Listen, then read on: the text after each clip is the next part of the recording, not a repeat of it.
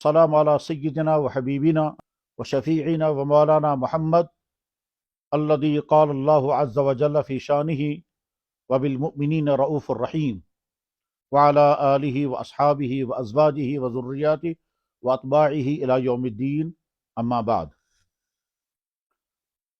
حضرات ناظرین و سامعین، السلام علیکم ورحمۃ اللہ وبرکاتہ۔ پچھلے کچھ دنوں میں کشمیر کے معاشرے میں ایک مسئلہ انتشار کا ذریعہ بنا ہے، اور وہ یہ کہ ایک مسجد شریف کے ممبر پر مٹکا لا کر کے اس کو بجایا گیا، اور اس طرح سے پیغام غالباً یہ دیا جا رہا ہے کہ اسلام میں موسیقی اور میوزک نہ صرف یہ کہ جائز ہے بلکہ بہت پسندیدہ ہے۔ جن صاحب نے ممبر پر لا کر کے مٹکا بجانے کا کام کیا، ان کے متعلق ہمارے بہت سارے علماء نے اور اہل علم حضرات نے اپنے اپنے رد عمل کا اظہار کیا، اور بجا طور پر یہ اظہار ایمانی جذبات کی عکاس ہے۔ اب اس سلسلے میں مزید کچھ کہنے کی ہرگز ضرورت نہیں تھی، لیکن چند اہم ترین تقاضے سامنے آئے جن کی بنا پر اس وقت آپ سے مخاطب ہونے کی سخت مجبوری پیش آ رہی ہے۔ ابھی اسی ہفتے میں ہائی کورٹ کے چند مسلمان دینی جذبات رکھنے والے وکلاء صاحبان نے باقاعدہ مشورہ کر کے پھر مجھ سے مطالبہ کیا کہ آپ اس سلسلے میں مفصل بات کریں۔ اس سے پہلے میڈیا سے جڑے ہوئے ہمارے بہت سارے دینی جذبہ رکھنے والے جوانوں نے متعدد مرتبہ مجھ سے شدید تقاضا کیا کہ آپ اس سلسلے میں ضرور بات کریں۔ بہت سارے مساجد کی امام صاحبان نے، جن کو عوام کے ساتھ معاملات درپیش رہتے ہیں اور سوالوں کے جواب دینے ہوتے ہیں، ان ائمہ حضرات نے بھی مجھ سے مطالبہ کیا کہ آپ اس بارے میں بات کریں۔ ان تقاضوں کے باوجود میں تیار نہیں ہو پا رہا تھا، لیکن ابھی 3 دن پہلے میرے سامنے ایک عجیب سی بات صورتحال سامنے آئی، اس کی بنا پر میں نے ارادہ کیا کہ میں یہ گفتگو کروں گا، اور وہ یہ کہ ہمارے ایک نوجوان عالم جن سے میں ذاتی طور پر واقف ہوں، وہ ایک بڑے علاقے میں امام اور خطیب ہیں، انہوں نے آ کر کے کہا کہ میرے مقتدیوں میں سے اکثر حضرات وہ لوگ ہیں جو جھیل ولر کے اندر مچھلیاں پکڑتے ہیں اور اس کے بعد پھر بازاروں میں بیچتے ہیں، یہ مچھروں کا کام ہے۔ تو مچھروں نے مل کر کے میٹنگ کی کہ اب ہم باقاعدہ میوزک اپنی کشتیوں میں چلایا کریں گے، کیونکہ فلاں امام صاحب نے، فلاں مولوی صاحب نے ممبر پر جب نوٹ بجایا تو ہمیں کیا حرج ہے۔ تو وہ امام صاحب مجھ سے کہہ رہے تھے کہ میں نے ان کو سختی سے روکا، اور انہوں نے جواب میں کہا کہ تم سے زیادہ بڑے بزرگ وہ ہیں جنہوں نے یہ بات کہی ہے، اس لیے ہم ان کی بات مانیں گے۔ جب اس طرح سے یہ گمراہی پھیلنے لگے تو ظاہر ہے اس کے بعد پھر آدمی کا چپ رہنا کسی طرح سے بھی مناسب نہیں ہے۔ اس کے لیے سب سے بہتر طریقہ تو یہ تھا کہ ان صاحب سے ملاقات کی جاتی جن صاحب نے یہ مشن بنا لیا ہے کہ مسجد کے اندر وہ تار اور سارنگی اور مٹکا لے کر کے آنے کو تیار ہیں، ان سے ملاقات کی جاتی اور ان سے علم اور تہذیب کے دائرے میں رہ کر کے بات کی جاتی اور سمجھانے کی کوشش ہوتی، مگر اندازہ یہ ہوا کہ شاید وہ ملاقات کرنے کے لیے تیار نہیں ہے۔ اور وہ اندازہ اس طرح سے ہوا کہ شرعی کونسل اسلام آباد کے کسی ذمہ دار نے بہت سنجیدہ انداز میں، بہت اصرار کے ساتھ ان سے مطالبہ کیا کہ ہم آپ سے ملاقات کرنا چاہتے ہیں۔ وہ گفتگو میں نے ساری سنی، وہ بہت ہی اچھے انداز میں ان سے اصرار کر رہے ہیں اور ہر طرح سے ملاقات کرنے کے لیے تیار ہے، ان کے گھر جانے کو تیار ہے، ان کی مسجد میں پہنچنے کو تیار ہیں، یا جہاں وہ کہیں گے وہاں ان کو ہر طرح کا تحفظ دینے کو تیار ہے۔ مگر موصوف نے ٹال مٹول کا رویہ اختیار کیا اور اس طرح سے امید نہیں کہ ان سے ملاقات ہو سکے گی۔ اس ساری صورتحال میں اب گویا یہ آپ سے یہ گفتگو کی جا رہی ہے۔ حضرات، جن صاحب نے مسجد کے ممبر پر آ کر کے میوزک کے درست ہونے کے متعلق اپنے خیالات بیان کیے اور ساتھ میں مٹکا بھی پہنچایا، اور کہا جاتا ہے کہ شاید سارنگی بھی لانے والے ہیں یا لا چکے ہیں، رباب وہاں لا چکے ہیں، تو میں نے سنا ان کا نام عبد الغنی شیخ صاحب ہے۔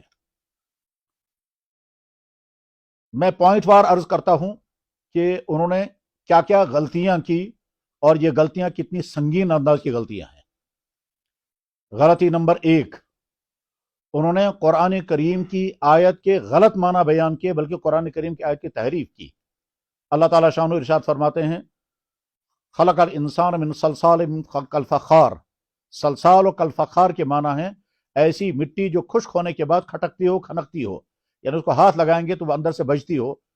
اس مٹی سے اللہ تعالیٰ شانہ آدم علیہ السلام کو پیدا فرمایا۔ ظاہر ہے اس کا تعلق تخلیق آدم کے ساتھ ہے، اس کا تعلق مٹکا بجانے کے ساتھ نہیں ہے، لیکن انہوں نے اس آیت سے کیا ثابت کیا؟ اس سے پتہ چلتا ہے کہ مٹکا بجانا درست ہے۔ اس طرز عمل کو کہا جاتا ہے تحریف دین، اور یہ بدترین جرم ہے۔ قرآن کریم نے یہودی علماء کی یہی خرابی بیان کی تھی، یحرفون الکلم عن مواضعہ، کہ وہ اللہ کے بیان کردہ ارشاد کا غلط معنی نکالتے ہیں، جس کے لیے وہ ارشاد نازل ہی نہیں ہوا ہوتا ہے، وہ اس کے معنی نکالتے ہیں۔ صلصال کالفخار کا تعلق مٹکا بجانے سے ہرگز نہیں ہے۔ صلصال کالفخار کا تعلق در حقیقت آدم علیہ السلام کی تخلیق کے ساتھ ہے، تو وہاں سے ہٹا کر کے اس کو اس پر منطبق کرنا تحریف قرآن ہے۔ اور یاد رکھنا چاہیے حضرت عبداللہ ابن عباس رضی اللہ تعالیٰ عنہ، حضرت عبداللہ بن مسعود رضی اللہ تعالیٰ عنہ کی بیان کردہ حدیث ترمذی شریف کتاب التفسیر میں موجود ہے۔ ارشاد ہے من قال فی القرآن برأیہ فلیتبوأ مقعدہ من النار، جو قرآن میں اپنی رائے داخل کرے اور قرآن کی کسی آیت کی تفسیر اپنی رائے کے مطابق کرے، اس کا ٹھکانہ جہنم ہے۔ تو پہلی غلطی ان کی یہ ہوئی کہ انہوں نے تحریف قرآن کا جرم کا ارتکاب کیا ہے، یعنی گویا اللہ تعالیٰ شانہ کی طرف وہ بات منسوب کر رہے ہیں جو اللہ کی مراد ہی نہیں ہے۔ اور ثبوت اس کا یہ ہے کہ 1400 سال کی تاریخ میں کسی شخص نے بھی آج تک یہ نہیں سمجھا کہ صلصال کا فخار کے معنی مٹکا بجانا ہے۔ دوسری سنگین ترین غلطی ان سے یہ ہوئی ہے کہ انہوں نے جناب رسول اللہ صلی اللہ علیہ وسلم کی طرف غلط بات منسوب کی ہے۔ چنانچہ ان کے بیان میں نے خود سنا، وہ یہ کہتے ہیں کہ اللہ کے نبی علیہ السلام کی خدمت میں حضرت عائشہ صدیقہ رضی اللہ موجود تھیں، وہاں کوئی خاتون آئیں اور انہیں گانا گایا اور اللہ کے نبی علیہ السلام وہ گانا سماعت فرماتے رہے۔ کیا یہ واقعہ صحیح ہے؟ جواب ہرگز صحیح نہیں ہے۔ ایسا کوئی واقعہ نہیں ہے کہ اللہ کے نبی علیہ السلام کے سامنے کوئی عورت آئے اور وہ گانے گائے اور اس کے بعد حضور کی طرف اس بات کو منسوب کیا جائے آپ نے گانا سنا۔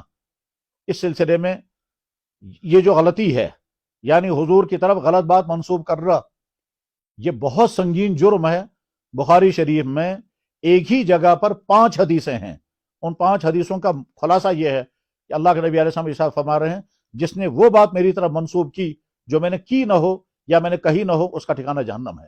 میں حدیث کے الفاظ سنا دیتا ہوں، من کذب علی متعمدا فلیتبوأ مقعدہ من النار، جس نے میری طرف جھوٹی بات منسوب کی جو میں نے کہی نہ ہو یا کی نہ ہو، اس کا ٹھکانہ جہنم ہے۔ تو اب اللہ کے نبی کی ذات اقدس کی طرف وہ بات منسوب کر رہے ہیں جو آپ کی زندگی مبارک میں تھی ہی نہیں، بلکہ آپ تو فرما رہے ہیں کہ میں دنیا میں مزامیر ختم کرنے کے لیے آیا ہوں، اور ہمارا کوئی آدمی کہہ رہا ہے کہ آپ کے مجلس میں گانے گائے جا رہے تھے۔ یہ تو انتہائی خطرناک چیز ہے، اور میں اگلا جملہ نہیں کہنا چاہتا جو اس کا نتیجہ نکل سکتا ہے، آدمی خود سمجھ سکتا ہے۔ تو دوسرا جرم ان کا یہ ہوا۔ تیسرا جرم جو انہوں نے کیا ہے وہ یہ کہ مسجد کا ممبر اور محراب قال اللہ و قال رسول کے لیے ہے، اور اس کے علاوہ دوسرے کسی کام کے لیے مسجد کا ممبر اور محراب نہیں ہے۔ اب جب انہوں نے مسجد کے ممبر پر وہ چیز لائی جو اسلام میں حرام ہے، تو اس کا معنی ہے کہ انہوں نے مسجد کے اسٹیج کا، مسجد کے اس پلیٹ فارم کا غلط استعمال کیا، اور یہ پلیٹ فارم عام انسانوں کا نہیں ہے۔ مسجد کا ممبر رسول ہے۔ اس ممبر رسول کا ایک مقصد ہے، اور وہ مقصد ہے کہ اس ممبر پر بیٹھ کر قال اللہ و قال رسول بیان کیا جائے، اس کے علاوہ اور کچھ نہیں۔ بلکہ ہماری کتابوں میں، فقہ حنفی کی کتابوں میں لکھا ہوا ہے کہ صرف جمعے کا خطبہ ممبر پر بیان ہونا چاہیے۔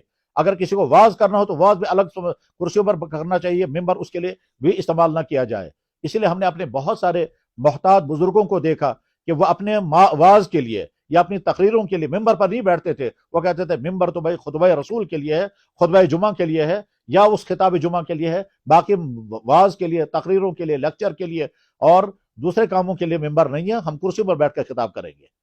ممبر رسول پر بیٹھ کر کے انہوں نے مٹکا بجایا، یعنی گویا ممبر رسول کا غلط استعمال کیا ہے، تو یہ تیسرا سنگین ترین جرم ہوا ہے۔ چوتھا جرم، وہ چیز جس کو اللہ نے، اللہ کے نبی نے، تمام صحابہ نے، ساری امت نے حرام سمجھا، حرام گردانا، اس کو حلال بنانے کے لیے وہ غلط استدلال کر کے، اور اس کے لیے بھی مسجد کو استعمال کر رہے ہیں۔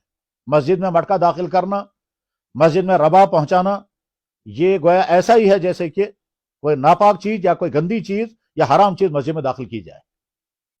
اگر کوئی انسان یہ کہے گا کہ اگر آج رباب مسجد میں پہنچانا درست ہے تو کل کو شراب بھی مسجد میں لانے کی اجازت ہونی چاہیے۔ پھر ظاہر ہے رباب سے انسان کی نفسانیت کو تقویت پہنچتی ہے، اور شراب سے بھی انسان کے ذہن کو نشہ چڑھتا ہے۔ غرض یہ کہ یہ متعدد غلطیاں ان سے ہوئی ہیں۔ پہلی غلطی تحریف قرآن کی، دوسری غلطی وضع کی، وضع میں نے بات گڑھنا اور گڑھ کر کے پھر منسوب کرنا، اور تیسری غلطی اللہ کے نبی علیہ الصلوۃ والسلام کی طرف غلط بات منسوب کرنا، اور چوتھی غلطی مسجد کے سٹیج کا غلط استعمال کرنا، اور پانچویں غلطی انہوں نے مٹکے اور رباب کو مسجد تک پہنچایا۔ اور ایک آخری غلطی اور بھی ہوئی ہے، وہ شاید انہی غلطیوں کی طرح بلکہ ان سے بھی زیادہ سنگین ہو سکتی ہے، اور وہ یہ کہ وہ جھوٹے واقعات بیان کر کے پھر اللہ کی ذات کی طرف منسوب کر رہے ہیں۔ کیسے؟ انہوں نے کہا جب آدم علیہ السلام کا پلتا تیار ہوا اور اس میں روح ڈالی جا رہی تھی، مگر روح اندر ٹکنا نہیں چاہتی تھی، اور وہ روح اندر گھبرا جاتی تھی، اور وہ روح باہر نکلتی تھی، تو بعد میں وہاں پر میوزک بجایا گیا۔ اس میوزک بجانے کے بعد پھر وہ روح جو ہے وہ اندر قرار پا رہی ہے۔ یہ واقعہ ناممکن ہے کہ ایسا ہوا ہو۔ کیوں ناممکن ہے؟ اس لیے کہ اس زمانے میں رباب بجانے والا کون تھا؟ اس زمانے میں وہ میوزک بجانے والا کون تھا؟ ابھی تو آدم جو پہلا انسان ہے وہ تو ابھی پیدا بھی ٹھیک طرح سے نہیں ہوئے ہیں، ان کا تو ابھی صرف پتلا بنا ہوا ہے، تو روح اندر داخل ہی نہیں ہوئی ہے، ایک۔ اور دوسرے، اللہ آدم کی روح کو آدم علیہ السلام کے جسم میں داخل کر رہے ہیں۔ قرآن کریم میں اس کا تذکرہ ہے، حدیث صحیح میں اس کا تذکرہ ہے، بخاری شریف کی احادیث میں تذکرہ ہے۔ اللہ نے ان کے اندر روح ڈال دی، اللہ نے اپنے ہاتھ سے آدم کو پیدا کیا، اور اب اللہ نے اس کے اندر روح ڈال دی۔ اور ہمارا ایک صاحب کہہ رہا ہے کہ وہ روح اندر جانے سے گھبرا رہی تھی، اللہ روح اندر بھیج رہے ہیں، اور ہمارا آدمی کہتا ہے روح اندر ٹک نہیں رہی ہے، لہذا میوزک بجانے کی ضرورت پڑی۔ یہ میوزک بجانے والا کون تھا؟ اور وہ انسان تھا یا کوئی جنات تھے؟ اور یہ سب ثبوت کہاں سے نکالا انہوں نے؟ ظاہر ہے یہ نہ کہیں قرآن میں ہے، نہ حدیث میں ہے، نہ سیرت میں، نہ تاریخ میں، نہ کسی دوسری قوم کے لٹریچر میں، ایون عیسائی اور یہودی لٹریچر میں بھی یہ بات کہیں نہیں مل سکتی ہے، کیونکہ وہ بھی آدم علیہ الصلوۃ والسلام کے وجود کے قائل ہیں، اور آدم علیہ السلام سے تخلیق انسانی کا آغاز ہوا ہے وہ بھی اس کے قائل ہیں۔ بائبل میں حضرت آدم علیہ السلام کے پیدائش کے تذکرے تفصیل کے ساتھ موجود ہیں۔ تو غرض یہ کہ جو اسلامی لٹریچر میں کہیں نہیں، جو لٹریچر میں کہیں نہیں، کرسچن لٹریچر میں کہیں نہیں ہے، تاریخ عام میں کہیں نہیں ہے، وہ واقعہ اگر ایک صاحب بیان کر رہے ہیں تو یہ گڑھا ہوا واقعہ ہے۔ اس کو کہتے ہیں جال سازی، دجل اور توبیق۔ تو اتنے سارے گناہ اس صاحب سے سرزد ہوئے ہیں۔ اس لیے اب آخری چیز جو سلسلے میں کہی جا رہی ہے وہ یہ کہ موسیقی کے متعلق اسلام کا موقف کیا ہے؟ جواب، قرآن کریم میں اللہ تعالیٰ شانو فرماتے ہیں، 21واں پارہ سورہ لقمان، ارشاد ہے وَمِنَ النَّاسِ مَن يَشْتَرِي لَهْوَ الْحَدِيثِ، بعض انسان وہ ہیں جو لہو الحدیث خرید کر کے لاتے ہیں تاکہ لوگوں کو گمراہ کریں۔ یہ لہو الحدیث کیا چیز ہے؟ اس میں بے شمار مفسرین کا کہنا ہے کہ یہ گانے بجانے کا سامان ہے، اور تفسیر کتاب میں موجود ہیں۔ چنانچہ ہماری جتنی مستند تفاسیر ہیں عربی کی اردو کی، اس میں دیکھ لیں، وہاں لکھا ہوا ملے گا کہ بے شمار مفسرین کا کہنا ہے کہ لہو الحدیث کے مطابق کا معنی گانا بجانے کی جو بھی چیزیں ہیں، چاہے سادہ ہوں، چاہے وہ آج کے ماڈرن زمانے کی میوزک کے آلات کیوں نہ ہوں، وہ سب اس میں داخل ہیں۔ تو گویا لہو الحدیث خرید کر کے لانا تاکہ لوگوں کو گمراہ کرے، اس کو قرآن نے اس لیے بیان فرمایا کہ یہ نہیں ہونا چاہیے۔ تو لہو الحدیث یعنی گانا بجانا جو ہے، اور گانے بجانے کے آلات جو ہوں تو قرآن سے ممنوع طور پر ثابت ہو گئے۔ جناب رسول اللہ صلی اللہ علیہ وسلم کا مبارک ارشاد ہے، آپ نے ارشاد فرمایا، عبداللہ بن مسعود رضی اللہ عنہ حدیث کے راوی ہیں، اور غالباً صحیح ابن حبان میں حدیث ہے، اللہ کے نبی علیہ السلام نے ارشاد فرمایا، ان الغنا ينبت النفاق فی القلب کما ينبت الماء الزرع، کہ نفاق، یہ گانا جو ہے، میوزک جو ہے، یہ دل کے اندر نفاق ایسے پیدا کر دیتا ہے جیسے پانی کھیتی کو اگا دیتا ہے۔ اللہ کے نبی علیہ السلام نے ارشاد فرمایا، میں دنیا میں مضامین ختم کرنے کے لیے آیا ہوں۔ ترمذی شریف میں حدیث موجود ہے، جناب رسول اللہ صلی اللہ علیہ وسلم نے ارشاد فرمایا، جب میری امت 15 کام کرے گی تو اس پر پھر عذاب آئیں گے۔ ان 15 کاموں میں سے ایک کام یہی ہے، کیا؟ کہ جب گانے عام ہوں گے اور میوزک بجائے جائیں گے۔ بخاری شریف کی حدیث میں ہے، اللہ کے نبی علیہ السلام نے ارشاد فرمایا، قیامت کی علامتوں میں سے کچھ لوگ آئیں گے، علامتوں میں سے ایک علامت یہ ہے، یستحلون الحل والحریر والخمر والمحاذف، کہ ایسے لوگ آئیں گے کہ جو بدکاریوں کو حلال کریں گے،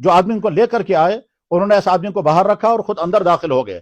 حضرت فاروق اعظم رضی اللہ عنہ نے فرمایا وہ آدمی تمہارے ساتھ ہے؟ انہوں نے کہا جی ہاں میرے ساتھ ہے. فرمایا دیکھو کہیں بھاگنے نہ پائے ورنہ سزا تم کو لگے گی. اس کے بعد اس کو بلایا اور بلانے کے بعد پھر فرمایا تم نے اسی طرح کے سوالات اٹھائے ہیں, تم نے اسی طرح کی باتیں پھیلائی ہیں. اسے سر نیچے کیا.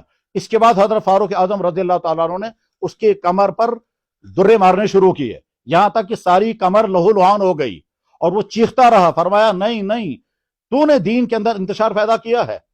یہاں تک کہ جب اس سے ساری کمر لہو لہان ہو گئی, اب وہ ہمت بھی نہیں کر پا رہا تھا اٹھنے کی. اس کے بعد اس آدمی سے فرمایا اس کو اپنے گھر لے جاؤ اور لے جا کر کے جب یہ ٹھیک ہو جائے گا پھر میرے پاس لے آنا.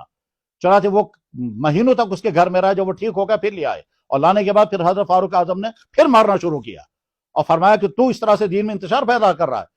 اتنا زیادہ مارا کہ اس کا کمر ساری لہولوہان ہو گئی. پھر فرمایا اس کو لے جاؤ اور لے جا کر کے اپنے بات رکھو, جب ٹھیک ہو جائے گا پھر میرے پر لے آنا. چنانچہ تیسری مرتبہ ان کو لایا گیا. اس نے کہا حضرت میرے دماغ سے وہ ساری خرابیاں نکل گئی, وہ خناس میرے ذہن سے جھڑ چکا ہے. فرمایا نہیں ابھی نہیں صاف ہوا, تو جب تک مجھے یقین نہیں ہو جائے گا. تیسری مرتبہ اتنی سخت سزا دینے کے بعد پھر ان کو بھیج دیا جیسے عراق, اور عراق میں حضرت ابو موسیٰ اشعری رضی اللہ عنہ نے فرمایا اس آدمی کو تمہارے پاس واپس بھیج رہا ہوں, خبردار عوام کو اس کے بعد بیٹھنے مت دینا, خبردار عوام کو اس کے بعد بیٹھنے مت دینا. ایاکم و مجالست الناس, بچنا تم لوگوں کے ساتھ, اس کا ملنا جلنا نہیں ہونا چاہیے. میں نے جو ابھی تھوڑی دیر پہلے عرض کیا تھا کہ ان صاحب کا پیج نہ دیکھا جائے, ان صاحب کے بیانات نہ سنے جائیں, ان صاحب کی گفتگو نہ سنی جائے, اور ان صاحب کو مسجد میں نہ آنے دیا جائے. اسی بنیاد پر میں نے کہا کہ جو گمراہی پھیلانے کا کام کرے ان کے لیے یہ ہے. لہٰذا پھر حضرت فاروق اعظم رضی اللہ عنہ ابو موسیٰ اشعری کو فرمایا جب تمہیں یقین ہو جائے کہ یہ درست ہو چکا ہے اس کے بعد اس کو عوام سے ملنے کی اجازت ہے, اس کے پہلے نہیں ہے. دراصل دین کو شفافیت کے ساتھ آگے باقی رکھنا ضروری ہے, اور اسی ضرورت کی بنا پر یہ بات عرض کی جا رہی ہے. ترمذی شریف میں حدیث ہے, جناب رسول اللہ صلی اللہ علیہ وسلم کا مبارک ارشاد ہے. آپ علیہ السلام نے ارشاد فرمایا اللہ تعالیٰ شانہ تین آدمیوں پر لعنت کرتے ہیں. اللہ تعالیٰ شانہ تین آدمیوں پر لعنت کرتے ہیں. پہلا وہ امام جو لوگوں کی امامت کرے حالانکہ لوگ اسے ناپسند کرتے ہو. رجل اما قوما وہم لہو کارہون, ایک وہ انسان جو لوگوں کو امامت کا تو لوگ اسے ناپسند کرتے ہو اس کے غلط کاری کی وجہ سے, اس کے گمراہ کن خیالات کی وجہ سے, اس کے برے رویے کی وجہ سے, یعنی اس کے اندر کوئی دینی نقص ہے عقائد کے اعتبار سے یا کسی اور اعتبار سے. اس انسان اور وہ لوگ وہ امامت چھوڑ نہیں رہا ہے اور لوگ اس کو ناپسند کرتے ہیں مگر وہ امامت پر قابض ہے, تو اللہ کے نبی علیہ السلام کا ارشاد مبارک ہے کہ اللہ تعالیٰ شان اس پر لعنت کرتے ہیں. اور دوسری وہ عورت جس کا شوہر اسے ناراض ہو اور وہ عورت الگ رات گزارے. اور تیسرا وہ انسان جس نے اذان کی آواز سنی اور پھر بھی وہ اللہ کے گھر کی طرف نہیں آیا. یہ حدیث ترمذی شریف میں موجود ہے. اب آخر میں یہ جو صاحب ہیں جنہوں نے یہ مٹکا بجایا, میں براہ راست ان کی خدمت میں یہ عرض کرنا چاہوں گا کہ میرے بھائی, ہم جس دور میں گزر رہے ہیں یہ دور وہ ہے کہ مسلمانوں کے گھروں کے لڑکے اور لڑکیاں مرتد ہو رہے ہیں, مسلمانوں کے بچے تباہ ہو رہے ہیں, بے دینی کی سارا سیلاب ہم پر مسلط ہے. نہ صرف بے دینی کا بلکہ کفر اور الہاد اور شرک ہمارے گھروں میں تو داخل ہو رہا ہے. اللہ نے آپ کو اگر مسجد کا سٹیج دیا تھا تو اس کو گانا بجانے کے لیے اور میوزک ثابت کرنے کے لیے استعمال کرنے کی بجائے کاش آپ اس کو امت کے ایمان کے بچانے کے لیے استعمال کرتے تو کتنی اچھی بات ہوتی. میں ہمت کر کے یہ کہنا چاہوں گا کہ جناب محترم عبد الغنی صاحب قیامت کے دن جب اللہ تعالیٰ پہنچیں گے, اللہ تعالیٰ آپ سے پوچھیں گے جو چیز میرے نبی نے حرام کی تھی تو اس کو حلال کیسے کر رہا تھا, جو چیز میں نے کی ہی نہیں تھی تو اس بارے میں کیوں میرے بارے میں کہہ رہا تھا, میں نے آدم کو مٹی سے پیدا کیا تھا تو نے اس سے کہا مٹکا بنانا جائز ہے, مجھے یہ تم نے کیسے ہمت کی ہے. تو اللہ تعالیٰ شان آپ سے پوچھیں گے, آپ اس وقت کیا جواب دیں گے. اور اس کے بعد پھر جناب رسول اللہ صلی اللہ علیہ وسلم بہت غمناک انداز میں جب کہیں گے کہ تو میرا امتی تھا, تیرا کام یہی ہو گیا تھا کہ میری امت کو وہ باتیں سنائے جس کی میری امت کو ضرورت نہیں تھی, جب میری امت کے ایمان بچانے کی فکر کرنی چاہیے تھی. اور یہ سارے اماموں کی ذمہ داری ہے کہ ممبر, مسجد کا ممبر, یہ جمعے کا خطاب کا یہ سٹیج جو اللہ نے ہم کو دیا ہے, اس کو امت کا ایمان بچانے, امت کے نوجوانوں کا کردار بچانے کے لیے استعمال کیا جانا چاہیے, بجائے اس کے کہ ہم ان باتوں کو بیان کرنے لگے جن باتوں کا نہ دین کو کوئی نفع ہے نہ دنیا کو کوئی نفع ہے. تو عبد الغنی صاحب, اگر اللہ تعالیٰ شان اللہ کے نبی فرمائیں گے جو تو وہاں ہر جمعے کو میوزک کے اور صوفیانہ موسیقی کے نام پر جو بیان کرتا تھا اس سے میرے دین کو کیا نفع ہونے والا تھا, کیا اس سے امت کا ایمان بچنے والا تھا, کیا اس سے امت کے مسائل حل ہونے والے تھے؟ کیا اس سے امت کا کردار کوئی صحیح ہونے والا تھا؟ یہ موضوع تو نے اٹھایا کیوں تھا؟ اور اس اٹھانے کا مقصد کیا تھا؟ اور جب یہ حرام تھا تو حلال بنانے کی کوشش کیوں کر رہا تھا؟ کیا ساری امت غلط سمجھ رہی تھی؟ از محمد الرسول اللہ صلی اللہ علیہ وسلم تا صحابہ، تابعین، طب تابعین، فقہا، محدثین، اولیاء کرام، خصوصاً یہاں کشمیر کے ہمارے وہ تمام اولیاء جن کے ذریعے سے کشمیر میں اسلام کی دولت و نعمت آئی، ان کی زندگی میں سارا کہیں نہیں ہے. تو یہ تمام اگر آپ سے سوال کرنے لگیں گے اس وقت آپ کیا جواب دیں گے؟ یہاں کے علماء کو تو آپ چیلنج کریں گے. آپ کبھی کہتے ہیں میں سمجھے ہوں، کبھی کہتے ہیں انیوک سے مولوی. یہاں کے علماء کو چیلنج کرنے کے بجائے آپ سوچیں اللہ تعالیٰ شانو جب آخرت میں بٹھا کر کے آپ پوچھیں گے آپ کیا جواب دیں گے؟ ذرا سوچیں. آپ کیا کہہ رہے ہیں؟ کہتے ہیں آج تام چھو تو بہت، آج تک تم نے سنا قبر میں 3 سوال ہوں گے، میں تمہیں چوتھا سوال سنا رہا ہوں. چوتھا سوال قبر میں ہوگا ولایت کے متعلق. یہ کہاں سے نکالا آپ نے؟ اللہ کے نبی فرمائیں گے میں تو بیان کر رہا تھا قبر میں 3 سوال ہوں گے، اللہ کی ذات کے بارے میں، نبی کے بارے میں اور دین کے بارے میں. تو نے چوتھا سوال کہاں سے لایا ولایت کے بارے میں؟ تو آپ کیا جواب دیں گے اللہ کے نبی کو؟ آج کے مسلمان تو انشاءاللہ اس گمراہی سے بچیں گے، اور جن جن تک یہ میسج پہنچے گا وہ سمجھ جائیں گے کہ سارا گمراہی ہے، اسے بچیں گے. لیکن خود آپ اپنی فکر کریں کہ کہیں ایسا تو نہیں ہے کہ آپ اس راستے پر چل پڑے ہیں جس راستے کے نتیجے میں آپ کی دنیا ہو سکتا ہے وقتی طور پر واہ واہ ہو جائے اور کچھ لوگ آپ کو فالو کرنے والے مل جائیں، لیکن آخرت آپ کی تباہ ہو جائے گی. اللہ کے سامنے ان تمام سوالوں کا جواب کیا دینا ہوگا اس کو سوچیں. اللہ کے نبی علیہ السلام کی بارگاہ اقدس میں ان سوالوں کا کیا جواب دینا ہوگا اس کو سوچیں. اور یہ سوچ کر کے یہی میں ہمدردی کی بات آپ تک کہنا چاہوں گا. میں امید کرتا ہوں کہ میں نے کوئی توہین آمیز بات نہیں کی ہوگی. اللہ کرے آپ صحیح راستے پر آ جائیں اور رجوع کریں اور توبہ کریں. میں نے آج تک جو کچھ کیا ہے وہ سب غلط تھا اور سارا غلط تھا. کس قدر عجیب بات ہے، آپ فقیری کے نام پر لوگوں کے ڈنڈے مار رہے ہیں. کس قدر عجیب بات ہے، فقیری کے نام پر عورتوں کو پیٹ رہے ہیں. یہ کون سے دین میں ہے؟ کیا اللہ کے نبی علیہ السلام نے دین، صحابہ کرام نے، یا جن بزرگوں ادھر ہم تک دین پہنچا ہے آج تک دین کے لیے یہ ڈنڈے بازی اس طرح سے کبھی ہوئی ہے؟ تو اس لیے لوگوں کی جہالت کا فائدہ اٹھا کر کے یہ طرز عمل اختیار کرنا مناسب نہیں ہے. اپنا سدھار کریں، اپنے آپ کو کسی صحیح راستے پر لے آئیں اور کسی سچے صاحب علم اور صاحب روحانیت بزرگ سے اپنے آپ کو وابستہ کر لیں. اسی میں آپ کے لیے خیر خواہی ہے. اللہ کرے اس وقت یہ گفتگو سننے والے تمام بھائیوں کے لیے اور جہاں جہاں تک یہ میسج پہنچے ان تمام بھائیوں کے لیے راہ حق کے سمجھنے کا اور غلط فہمیوں کے دور ہونے کا اور انتشار کی ختم ہونے کا ذریعہ بنے. وآخر دعوانا ان الحمدللہ رب العالمین برحمتک یا ارحم الراحمین.